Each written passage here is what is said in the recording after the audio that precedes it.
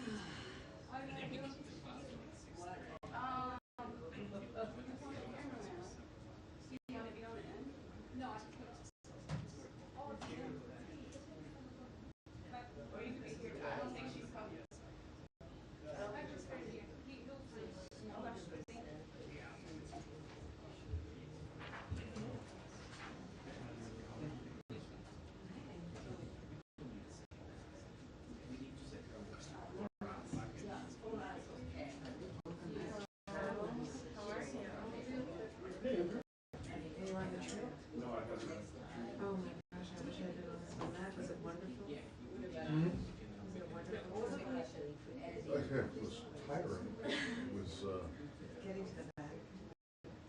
oh, I didn't go to that. I left. I left before that. So. The golf was newsy. Well, it was. The whole thing was new. The whole thing was newsy, even without going to the post.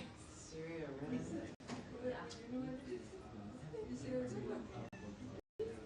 I watched the last live.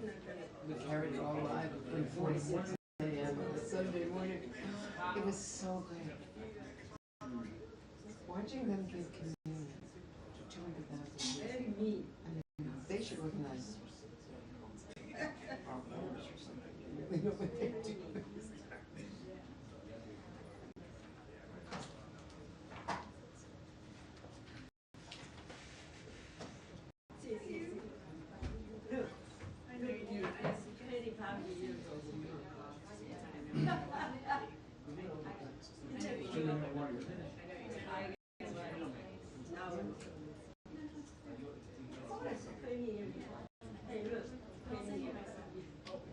When I went to kindergarten,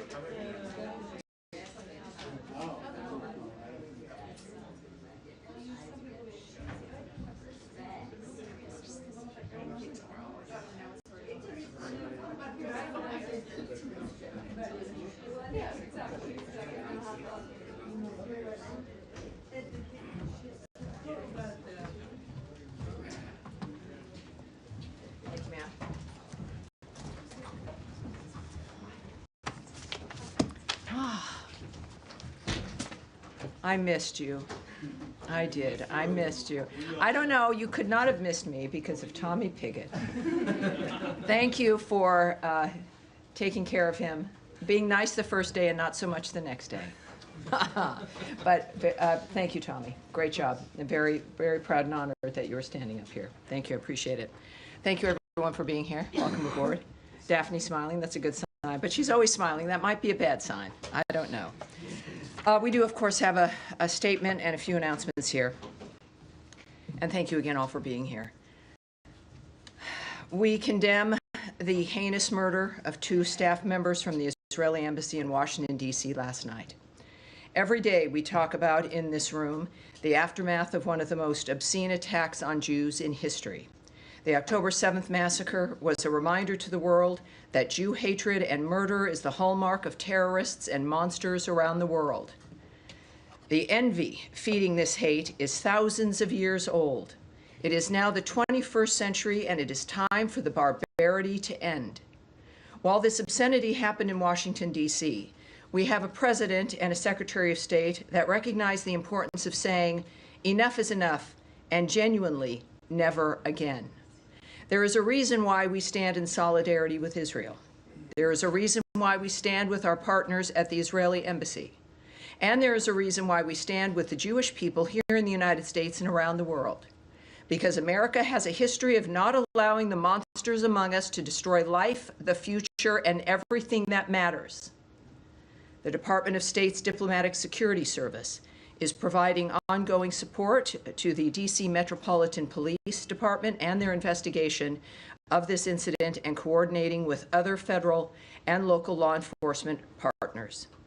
As Secretary Marco Rubio has said, make no mistake, we will track down those responsible and bring them to justice. Our prayers go out to their loved ones. Sarah Milgram and Yaron Lashinsky. Sarah Milgram and Yaron Lashinsky, may their memory be a blessing. Now, on Capitol Hill this week, Secretary Rubio went before Congress to share how we are implementing President Trump's vision of an American-first foreign policy. He made clear that America is back and that securing our borders, making communities safer, and combating criminal cartels are once again key priorities of our foreign policy. He also explained how the fiscal year 2026 budget request for the Department of State will enable the department to deliver on President Trump's foreign policy agenda that makes America safer, stronger, and more prosperous.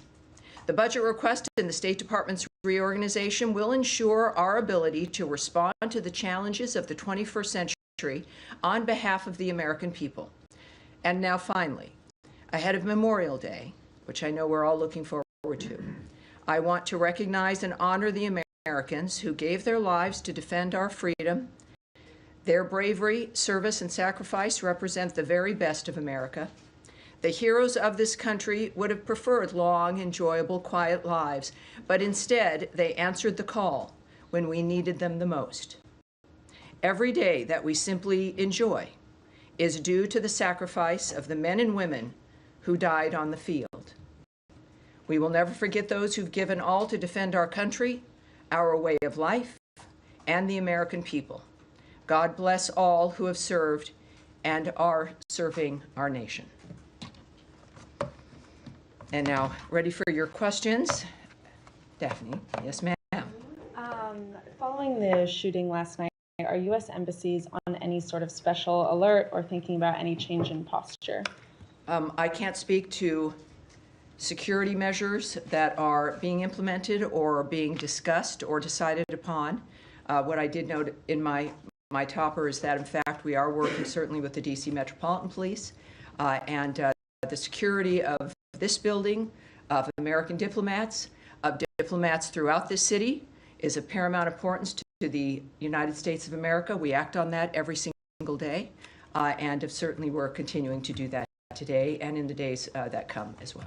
And has Secretary Rubio had any conversations with Israeli officials or the Israeli ambassador today? I can't remark on the specifics of any conversations that have been had, but I know that, of course, you've seen his messages, the tweets, and of course, we will hear, no doubt, again soon about the nature of what's transpiring.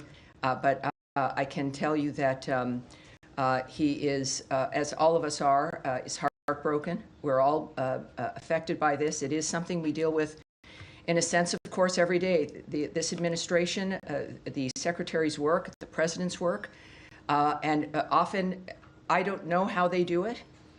I have maybe 40, 45 minutes with you guys twice a week, and these are issues that are existential all the time.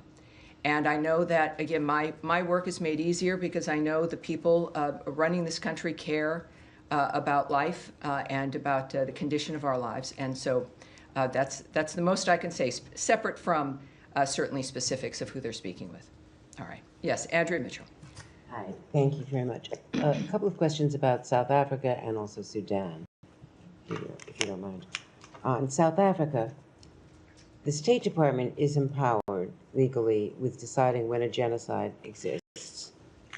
Has there been an investigation that supports any such contention? Because there is no credible evidence from any authority on the ground there, in their government, in NGOs, or elsewhere that we can find to support an allegation of genocide, that white farmers are at all as disadvantaged as the crime wave there that is a problem against blacks in much greater numbers, and proportionally even in greater numbers than whites.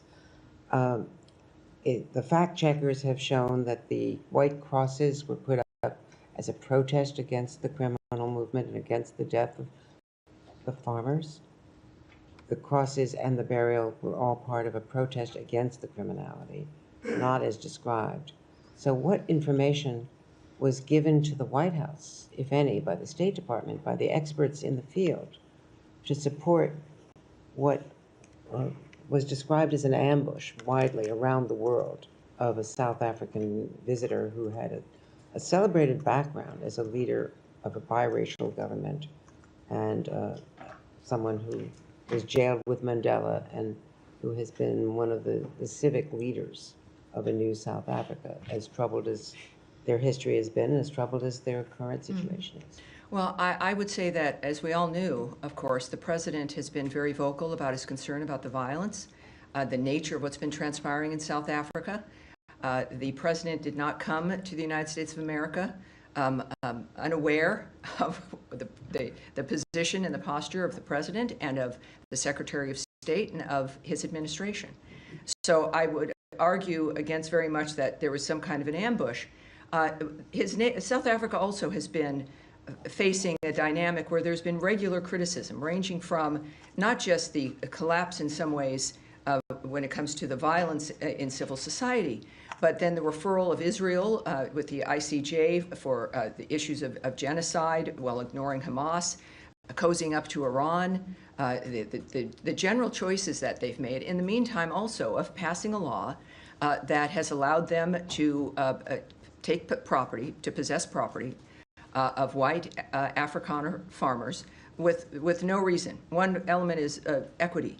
And so when you're passing laws like that target a group, ostensibly sending a message to the population that these people have a price to pay, there's something that they need to be doing, that they deserve to have their land taken, combined with the chance of kill the Boer, the massive rallies where encouragement of violence is prevalent and is at the core of it, in addition to the associations South Africa and its president have chosen to make, like with Iran, and their actions against Israel.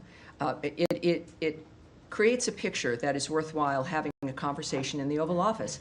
And that is, I think, it is the transparency of the president, certainly both leaders aware of what the concerns have been and what the arguments have been.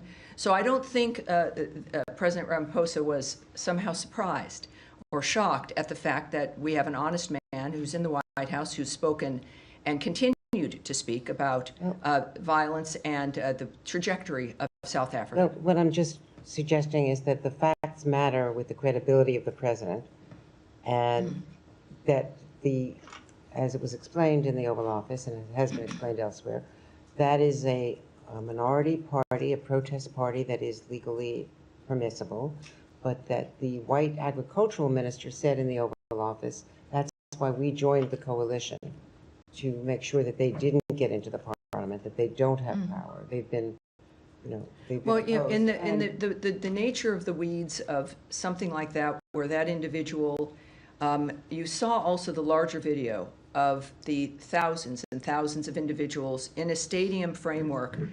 And I think that what Americans in the world and what South Africans see is a movement and an attitude that is not only not punished, but reinforced, but Andrea, reinforced with a law that says, oh, those people that you're calling to have be killed, yeah, let's take their land. Who does that? Who does that in the midst of that environment? And I think that when we think about, I'm not certainly going to get ahead of the president. President Trump is someone that the world knows, says what he thinks and acts on what he thinks. But I think that it was very clear, and he's been clear, as has the secretary, about the problems with South Africa, the nature of the signals it sends, the quality or lack thereof of life, the fact that we have taken in refugees, very basic standard of looking for asylum. They've met that standard, and it's more than just complaining. It is about acting and finding an element where we can make a difference for those people. Taking of the land, first of all, it's with judicial review when it has happened. It's not. Now, let me correct you right there, Andrea, and then I'm going to move on. This particular law they tout has not even been implemented yet. That's correct. So it's not about judicial review. The law, if you have a judicial review of a law that says there is no standard, well, then you'll have judicial review of no standard. But they have not taken All right, the land. but this, and it is in part, I would argue, because of the global attention that has been placed on them because of President Donald Trump's attitude, his comments, and bringing attention to that framework in general. That is why that hasn't been acted on. And I will move on, No, but I think I've been clear. Yes, Matt, I think you have probably something to say. Tammy, let me just. Yeah. Andrea, you've had 4 questions. I've answered them. You've asked in depth. We are going to move on. Yes, sir. I'm sure others might have the same sort of question. Thanks. Yes, sir. Thanks, Tammy. Two, I think, should be quick ones on sanctions. One, can you just explain the discrepancy or apparent discrepancy between what Secretary Rubio tweeted last night on Venezuela sanctions and what the Special Envoy Grinnell said? The Secretary saying that the Chevron waiver would not be extended, and Special Envoy Grinnell saying it would be. And then just secondly, on Syria sanctions. Sure. What's the status of the relief that the president promised last week? Thank you. Well, I can tell you that the secretary he put up a tweet making it clear where we stand on Chevron, which is a license, which is due to expire in May. And what I will speak to is not what others have said, but certainly the people who are in charge of the nature of what we're doing, and that is Secretary Rubio, making it clear that that license is going to expire. And so that's what I take my lead from is his remarks in that regard. So there's no confusion.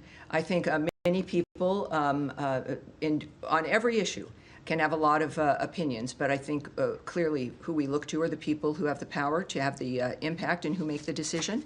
And of course, this is at the the direction of President Trump as well. About Syria, yes, it was a very exciting moment. I was in Riyadh and in the building when President Trump announced that he was lifting the sanctions on Syria. That is something that we've discussed, and many people have wondered when that would occur. Clearly, the president decided now was the time. And I do know that, of course, there's a team of people who immediately started working on that, who are working on it now. There is, of course, it's worth noting that the president has some powers in the nature of what can get done, but sanctions are administered through different departments in this country. So his was a message, and certainly the order to reverse our dynamic, to remove the sanctions, which involves departments like the Treasury Department. So it is a process that will take some time, but as we know with the Trump administration, that they've sped up the train a bit, and they understand the importance of getting things done quickly, and that is the intention of getting things done quickly as they take the order from the president from that afternoon. We're working on it. It's been a week, but I do think, because of not just the urgency, but they understand the urgency, but of the recognition of this administration, the government as a whole, of how the president works, that things have to happen and should happen as quickly as possible. So all I can say is, without a specific date, is it will be done quickly, and certainly more quickly than we're used to. Thanks. All right. Yes, ma'am. Can we go to Gaza? Sure. Secretary Rubio said in one of his hearings on the Hill that he had met with the World Food Programme in Rome. I just want to get clarity on whether this means that the current US policy is for the UN's leading food program, leading food organization, is like that they will remain the main food provider for Gaza, hence his meeting with them, or whether that... You're reading an awful lot into a meeting. It would be good to that get you've heard more about. detail on it. Sure. Given there's a lot of reporting on heated conversations between humanitarian aid organizations, discussion over this new Gaza Humanitarian Foundation, and I've got one more after that. Sure. Well, Secretary Rubio visited with Cindy McCain, who leads that program. He doesn't visit personally to shut something down. It was, from what I know, a very good meeting. I cannot share the details with you, as you might imagine, but I think that regularly we should view the nature, and certainly after the rhetoric the Secretary's used and the actions that the State Department has implemented when it comes to our continuing commitment to life-saving aid around the world, and certainly food aid, is that I would have expected, since her office is in our embassy at the Holy See, that is a meeting that should have taken place and did take place. I'm looking forward to the nature of that kind of a conversation and what can come from it. And we'll see. But it was that entire visit was very good. I think very certainly we went to the inaugural mass with the Pope. But overall, it was a recognition and a commitment, seeing this from the Secretary, being there as he is a practicing Catholic, but also knowing how each part of his work mattered and also was implemented on that trip. The nature of what the importance of Italy, the importance of the Vatican, the importance of faith, and the nature of his work in the process. And of course, that meeting was part of that work. So it's just part of looking at options? I'm not going to speculate or guess. I'm a little psychic, but not enough for that to answer that specifically. A little psychic, you know. So what can you? Nothing you want to know. But it's don't speculate on that. But I do think, because of the speed in which we work, we will all see the intention of the Secretary, the nature of what's happening with the World Food Program, and under certainly the leadership of Cindy McCain, and what her intentions are as well. So okay, we're looking forward to it. So you had some more. You had Sudan. Just one on Gaza as well. Oh, Gaza, yes. Gaza Humanitarian Foundation. Sure. There's reporting about private security that would be used for this new foundation. I just want to understand if this administration is okay with private security personnel for a foundation like that, presumably of which they'll be armed, going into Gaza, and presumably some of the personnel for that private security would be American citizens. Just want to understand presumably, what the watch out when you stance use is the on- word presumably. Watch I out. mean, looking at other private security firms and what they do, and some of us Well, you know, work I with think them. that, yes, it's good that you're concerned about security. We all are. And that's been one of the problems we've had with Gaza, is the ability to move food aid and medical aid through an arena that is not thinking as you think. They are not concerned about safety. It is about terrorists who've been keeping food aid and medical aid from the people of Gaza. And that has impacted our ability to move all that aid, the aid that we've wanted to move through, that we would do only when it was safe to do so. So our concern has been constantly about safety and what we could achieve in that environment. That's the point of ceasefires, is to have safety. So I would, with that being a standard, that we will support having things move in if it can be safe, that having a security service is important. I think we all would agree. I won't get into the details of how it's being managed, but because that's the Gaza Humanitarian Foundation, which is private and operates on its own. But clearly, when it comes to what one of our core elements was, which is that we support all of this, if it can be moved in safely and securely and without falling into the hands of terrorists and the people who are causing death and destruction in that area. It seems like they've structured something that can manage that is the equivalent of something that we can all agree on, and they're moving forward. So that's the story, is that we've been able to do it, we being humanity, that it's something that all of us have wanted to see, which is a movement if of aid. they use private security, You need to call them. When we speak about private security, what I look at as the story is that we've managed or expect to manage a security that gets food and medicine to the people who all of you have wondered about whether or not they're going to get it. That's my story. And that's the story of humanity and the people of the Gaza Strip. Yes, sir. On Iran, Mr. Witkoff is meeting with Mr. Arakchi tomorrow in Rome. Both sides have been stressing on respective positions in the past few days regarding enrichment. Do you see a chance to have a path forward towards compromise or not? And if I may, a second question. Can I answer that one so that we can, and then I won't lose you, don't worry. Thank you. It's like we're on a slide, you're hanging on. Yes, what I can say is that we've made it clear on every project we're working on, certainly including Russia and Ukraine, that our involvement is really because we feel we can make a difference, and that's why we do it. This additional meeting, certainly the fifth round of the nuclear talks, would not be happening if we didn't think that there was potential for it. And so I would say that clearly we believe that we are going to succeed. We've also been very clear on some basic things, like they're not going to have a nuclear weapon.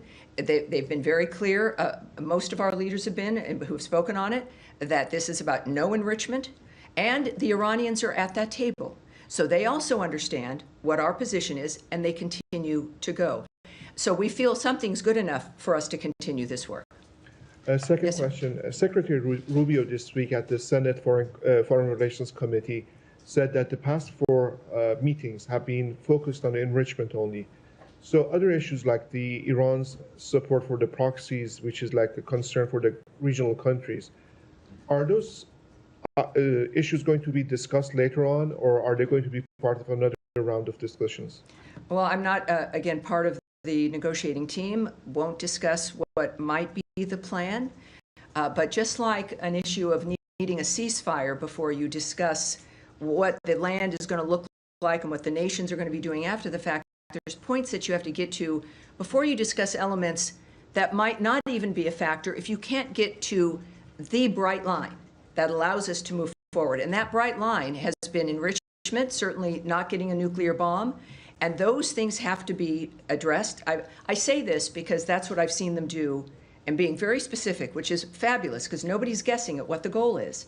But of course, considering the generational issues involved, this is, and the president has said this about everything he's worked on.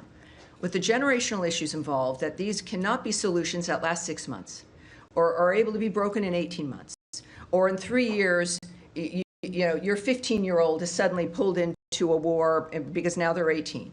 That these have got to be enduring, fundamentally changing arrangements that only Donald Trump can bring because of the nature of his attitude, his vision, and because of the support of the American people understanding that this was a factor. So I would say, well, I'm not going to go on from that. I think that'll be it. Yes, but yes, go ahead. Hi there. The U.S. sent some migrants to Djibouti, and I'm wondering, are you in negotiations with Djibouti to accept these people, or are you still trying to get them to South Sudan, who say they won't take third country nationals? What's the State Department's role in this? Well, we know that, of course, the Secretary has been very open about the fact that we are negotiating with a number of countries to facilitate the deportation of people who are here in this country illegally. I can say also, as the Secretary has noted, that we remain unwavering in our commitment to end illegal and mass migration and bolster America's border security. I won't discuss the diplomatic conversations, which clearly is part of this framework, with specific countries here. I would also point you to Caroline Levitt's remarks the hour before my briefing here, where she noted a court order required the flight to go to Djibouti, and I know the White House has more details on the framework involving that. So we're currently just in the sense of handling this in an immigration posture. Certainly it is a reflection of our continued attitude and position, and I don't think that this situation is certainly in the courts, which I can't remark on, but we're familiar with having to make our arguments in a variety of arenas, and this is one of those times. And but I know Caroline had more specifics. In South Sudan, there was a dispute before with them for not taking somebody, and you guys stopped issuing visas. Has that been resolved? Yeah, the visa situation remains the same. Yes, we reacted in that regard because they had confirmed that this one particular person was a citizen, prepared to take him back, and then that did not happen at the last moment.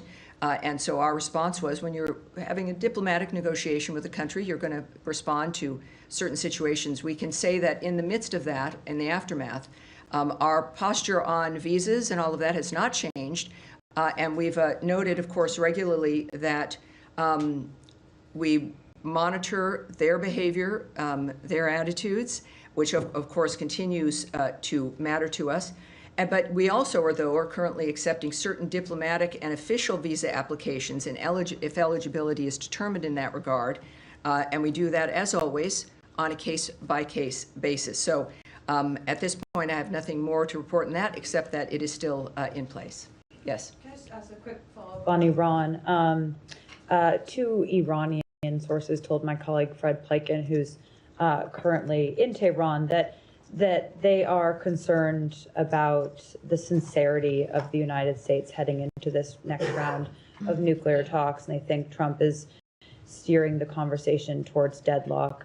Obviously, the administration has said that they want an Iran nuclear deal, but is there anything you can shed light on in terms of the dialogue between the two sides that might be causing unnamed Iranian sources to tell us this? Unnamed Iranian sources? No, it's not. That doesn't interest me. It's gossip at that rate. Certainly when we have, and we've said repeatedly, to not discuss this in the media because it makes things harder. Everybody has an interest in all of our negotiations doing well. Some people don't have an interest in that. And that's where you get unnamed sources from, I don't know if there's an Iranian National Enquirer, maybe there is. But that's not something that I'm going to take seriously. What is the story and what matters is that everyone is at the table in Rome. And what is the intention of Steve Witkoff going into the talks? Well, it's very clear what I've also just said a little earlier, and we've said in multiple briefings. The goal is to end any ability for them to have a nuclear weapon, to change and end the enrichment of their nuclear program and the intentions of that nuclear program. So it's a significant structural change in what Iran thinks it's going to be doing. And that's the negotiations. I think they've been very clear about what the intentions are. And just one follow-up on a different topic, but this is just coming out now from Oh, not another one. Homeland Security. No, don't Not worry. another one. Not like last time. Okay, good. But Homeland Security Secretary Kristi Noem says that DHS is now terminating Harvard's ability to allow any foreign students to enroll in the university, saying in a statement that the administration is holding Harvard accountable for fostering violence, anti-Semitism, and coordinating with the Chinese Communist Party. This is obviously a program that isn't run out of the State Department, but some of these J-1 visas are issued by the State Department. So can you shed some light on this decision by the administration? We've seen those reports, and we're looking at them, and I can't answer that immediately, but as soon as we might have an answer, I can get it to you. I'm sure that when we get our answer, we'll get it to everybody. But yeah, so I've seen those reports, and I would also refer you, of course, to DHS and to Secretary Noem, who might have more details, more answers for you. Saeed, nice to see you again. I hope it's nice to see you. Thank you. I appreciate it. Okay. Yes, sir. Two quick follow-ups. One on Andrea. Yes. On South Africa, and then one on Gaza. Sure. On South Africa, you said that the president was also influenced by what South Africa has done in terms of referring, its role. Well, I said we all have been. ICC. We all have been. Yes. Yeah. Well, its role with the package. ICC. Yes. Just to clarify that. So he was, because South Africa referred Israel to the ICC? Well, I did not say for a specific event Right, that influenced him. I don't speak, President Trump is a very clear man. No one has to wonder his position. But I think for all of us who've been looking at the condition of South Africa, it's never just one thing, is it? It's a number of things. I'll finish. I know you might not be liking my answer, but I'll finish. Saeed, it is a series of things that point to the intention of an administration or of a regime, and it is usually consistent. So if you're wondering about the nature of why it matters that people are at a huge stadium shouting "Kill the Boer," which are for those at home, the Dutch descendants of settlers of South Africa, and who are white farmers, combined then with the government that says, "Oh, we reject that; they're not part of our government," but then pass a law that allows the government to take the property of those very same people simply because they're white farmers. So that speaks to the intention of a regime, in addition to their behavior with other nations, their foreign policy, how they would view the victims of October 7th, the Jews, as those who should be referred to a criminal court versus Hamas, in addition to having a rather cozy relationship with Iran. So you don't need to be in a seminar at Stanford to understand and to recognize the trajectory of South Africa. That is the argument for those who are looking at that, again, beyond one issue. And I think those issues speak quite loudly. And very quickly on Gaza. Yes. Now, the Israelis are saying they allowed maybe 6 trucks or 9 trucks, we don't know. And international agencies say no trucks were allowed in. Could you clarify, if you have the information, have any trucks been allowed in, the number of trucks, if you know the number, and so on, and what's next in terms of figures and numbers? Well, I won't share numbers with you, but what I can tell you, and you know this, having covered the situation, Right. that Israel's been honest about the nature of what it's been doing and why, as it fights for its security and in its own defense. There's, if you're getting a report from Israel about the nature of what has moved into the region, I would suggest that you should take that report seriously. I think that everyone knows that the eyes of the world are on that region, and at the same time, the story is, what I would argue, is, as opposed to the numbers, is the fact that aid is moving in to Gaza. And it's interesting to me, Saeed, that is something that I've talked with you, and we've even had some sort of fights about, and that isn't something that has been recognized. But all do that recognizing, and that's what the real story is. Yes, sir, in the back. Yeah, thank you, Tammy. A Kurdish delegation led by Kurdish Prime Minister Masoud Barzani is in town. They have signed 2 energy deals with the U.S. companies valued at $110 billion US. These 2 deals have been rejected by the Iraqi government. I'm wondering if you have any comments and reaction to that. And do you have anything to share with us about his scheduled meeting with Secretary Rubio tomorrow? Well, I can tell you that we were pleased to see Prime Minister Barzani sign massive deals with U.S. companies to expand natural gas production in the Iraqi Kurdistan region, which will help Iraq harness its own domestic resources to become energy independent, which we've, again, talked about. It's really great. We've talked about these things. Often I can't give you answers. We don't know when it's going to happen. And then to be able to report to you that it has happened. And that is a key administration priority. Being energy independent is obviously a major national security issue. So these deals, I think it's like over $100 billion. And yes, and that's what we've all been working for.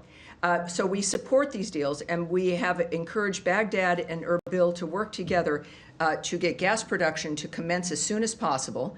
At the same time, we have, of course, the declaration that these are null and void, right?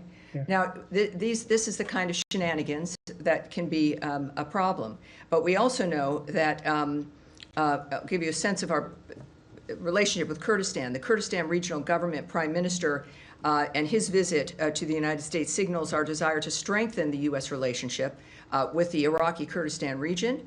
And as you've noted, Secretary Rubio will meet with KRG Prime Minister Barzani to discuss expanding trade and investment between the United States and the Iraqi Kurdistan region. He has also stated, Secretary Rubio, that we support the Kurdish autonomy and the U.S. companies doing business there, and urge the government of Iraq to respect this economic lifeline that is necessary to prosper and succeed. We believe that U.S., Iraqi, and Iraqi Kurdish interests are best served by having a strong and resilient Iraqi Kurdistan region within a sovereign and prosperous federal Iraq. Thank you so much. All right. Yes, sir. Yes. Issue. Well, I won't have much more, but you're welcome to do it. You referred to DHS, but in a bigger picture, presumably the United States wants to attract the best and the brightest insofar as foreigners, students, immigrants. And these top-tier universities are one of the most prominent ways to do that. So do you think prohibiting Harvard to enroll foreign students kind of gets in the way of that goal? Well, again, I can't speak to Secretary Noem's plans and strategy and her decision to implement this. What I would argue is that we have an interest as a nation, as President Trump has spoken to quite often, that we have an interest as a nation for these universities that are supposed to be the gold standard to actually deliver people who are educated and can function in society and on campuses that encourage a learning environment as opposed to one of left-wing activism, where you have individuals leaving the university level in this country as our rates are declining when it comes to comprehension and reading and a whole host of other things that it has to be more than just a label or a brand. It has to deliver results for the families that do pay a lot of money for it. And I think that there's a point, as you've seen, I think it's obvious from the Trump administration, with the federal money that flows into those coffers and the nature of the kind of talent. You can speak about foreign talent. Let's speak about American talent. You've got a wonderful kid who's done very, very well, and then you send them to Harvard, and a kid comes home, and you don't even recognize them. And they're definitely primed to be a fabulous left-wing activist, but they're maybe not going to be able to get a job. And so, you know, this is a recognition and movement that universities around this country are recognizing that American families have standards. We spend money so our children can be educated in the normal function of life. And we get kids back who have not received the kind of education we expected. COVID highlighted this for many of us, but I think that this opens up a conversation, as it should, between the federal government and the universities that we rely on and have been proud of, that we deserve to be proud of them again. And if we're going to speak about who we rely on for the best and the brightest, there's plenty of American kids who also deserve to be taken seriously. And I believe that we can handle all of them properly. Yes, sir.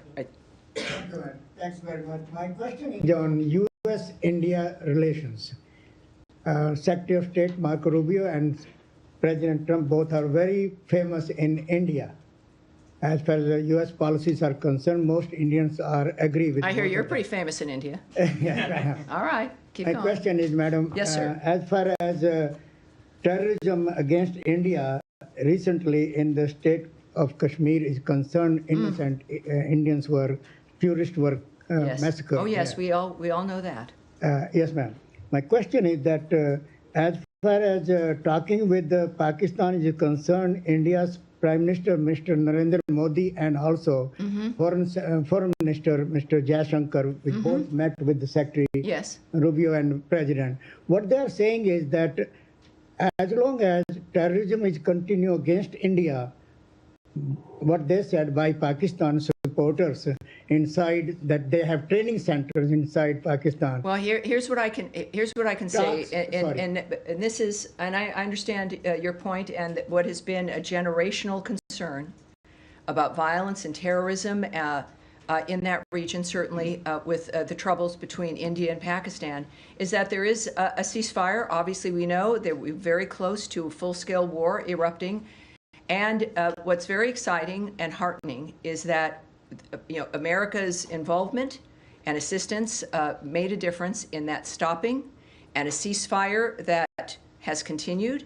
But of course, within that, one expects, as the world noticed again, that has not been resolved, that the potential of having these long-term problems resolved has returned, and it is an opportunity. And the good news is that unlike some other regions, there has been a commitment to a ceasefire that makes, oh, is that my alarm? I said, thank you, I should ask you to put on your alarms. It's like, oh, Tammy's done. All right, we're gonna have, all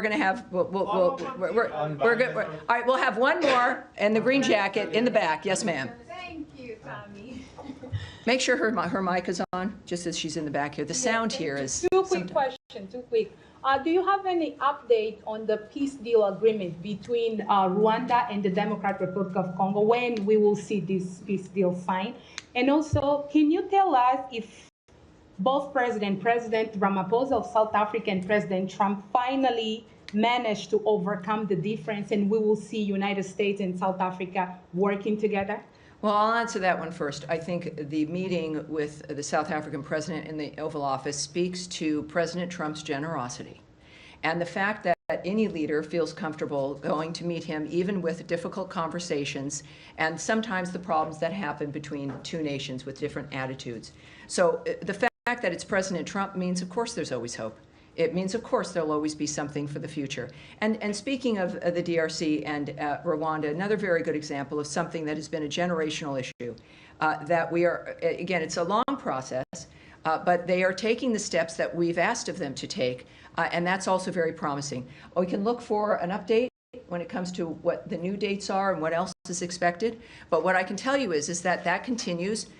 Another great change and dynamic. Sometimes, though, people forget and don't continue to ask, and I appreciate that you did, because there isn't any drama, because that things are changing for the better. So it causes less news, right? There's less interest, but it's worth following up as we watch these particular issues resolve, as of course the news is taken up by other issues.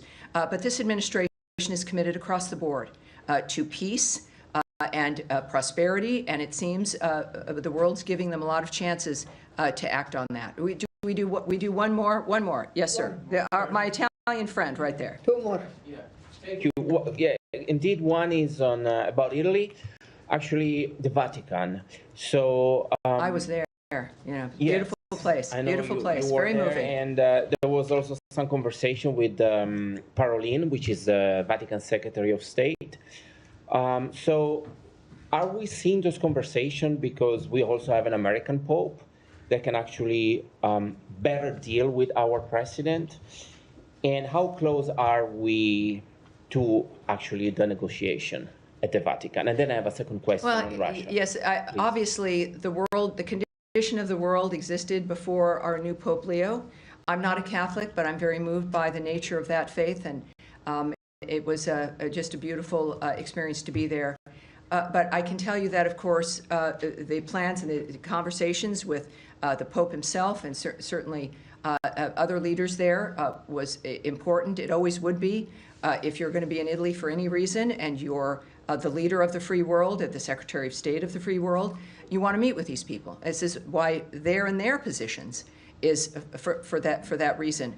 So I think that's it's not because Pope Leo is an American. However, it's pretty terrific, and it's a reminder that your commitment and your faith and it can lead you anywhere. And so we, of course, pray for him success as he moves forward with his duties. And the rest of your question was? I have a question about Russia. I mean, not about Russia. I'm so sorry. Good. About the different approach they were seeing from this administration when it comes to diplomacy. We saw with yesterday with the South Africa, and then with the Zelensky. Well, and I think you're seeing. I would go as this will be the last answer here. Is that we're seeing different envoys, different styles, ambassadors, the Secretary of State, the President on the phone, because you have to do that when you're not simply setting up meetings every 3, 4, or 6 weeks. That you're having meetings to make specific steps and have specific progress and deadlines because you're a business person and you know what's possible, or you know humanity and you know it's possible. When he says we need to have new ideas for Gaza, as an example, he really means that for everything, for how we conduct diplomacy. The Secretary, of course, is on board with that. It's natural for him. Traditional diplomacy, going, talking, getting deliverables, making sure the relationship is active and alive. And that is how you bond, you make friends, and your relationships with other countries are better. So the Secretary operates in that fashion. But yes, there's a huge difference in that we are on, well, certainly we have now, 3.5 years? You have people who want to make a difference. It's not just having fun in an office. It's changing people's lives for an endurable period of time so that our generation, I'm seeing some younger people in this room, of course, always, but for our generation, my generation, that we can think we did everything we could and have had some success in making things better. That's the Trump administration. That will be its legacy, and it's an honor to be here. And thank you all very much. I appreciate it. I'll see you on what is today? I'll see you on Tuesday. The trip. It's like, oh my gosh, I thought I was waking up in a hotel today, but I wasn't. Thank you guys. Thank you. Great to see you. Appreciate it. Oh, here comes Matt Lee.